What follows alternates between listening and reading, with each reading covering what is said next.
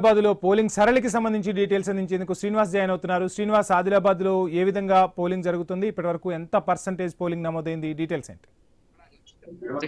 వంశీ, ఇటు ఉమ్మడి ఆదిలాబాద్ జిల్లా వ్యాప్తంగా 10 మున్సిపాలిటీలతో పాటు ఒక కార్పొరేషన్ జరుగుతున్న ఎన్నికలు ఉదయం వేళ కొంత మందకొడిగా కొనసాగినప్పటికీ కూడా 9 గంటల నుంచి ఇటు మధ్యాహ్నం 3 గంటల వరకు అయితే భారీగా పోలింగ్ అయితే నమోదైన పరిస్థితులు అయితే ఉన్నాయి.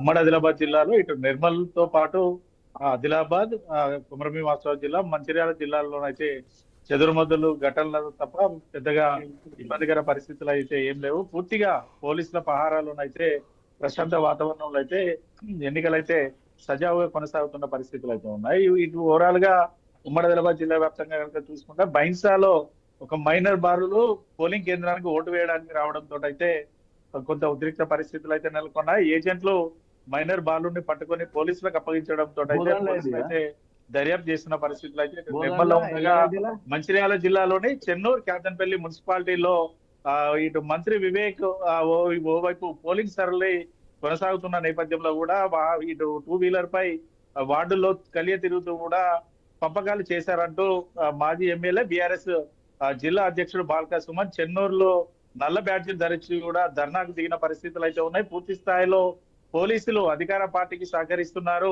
ఎక్కడికక్కడ అధికార పార్టీ నేతలు ఇటు పోలింగ్ కేంద్రాల వద్ద కూడా డబ్బులు పంపిణీ చేస్తున్నా కూడా వారిని పట్టించుకోవడం లేదంటూ కూడా ఆయన ఆరోపణలు చేసిన పరిస్థితులు అయితే ఉన్నాయి. ఇటు ఆసిఫాబాద్ కొమరంభీ జిల్లాకు సంబంధించి కూడా పూర్తిగా ప్రశాంతంగా వాతావరణంలో పోలింగ్ కొనసాగడానికి అయితే పోలీసులు అయితే 700 మంది పోలీసులతోటి కూడా భారీ బందోబస్తు నడమనైతే ఇటు కొమరంభీ ఆసిఫాబాద్ జిల్లాలో పోలింగ్ అయితే కొనసాగుతున్న పరిస్థితులు అయితే ఉన్నాయి. మరో గంటన్నరలో ఇటు పోలింగ్ అయితే ముగియనున్న నేపథ్యంలో సాయంత్రం 5 గంటల వరకు ఎవరైతే పోలింగ్ కేంద్రాల్లో ఉంటారో వాళ్ళందరికీ కూడా చిట్టీలు ఇచ్చి ఓటర్లు తమ ఓటు హక్కును వినియోగించే దిశగా పూర్తి స్థాయి చర్యలు తీసుకున్నారు అధికారులు.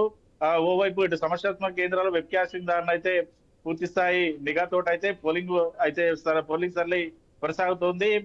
ఈ సాయంత్రం 5 గంటల తర్వాత ఈ పోలింగ్ కేంద్రాల నుంచి కూడా బ్యాలెట్ బాక్సులు అయితే రిసెప్షన్ సెంటర్లకు అయితే తరలించే అవకాశాలు ఉన్నాయి. Right, thank you Srinivas.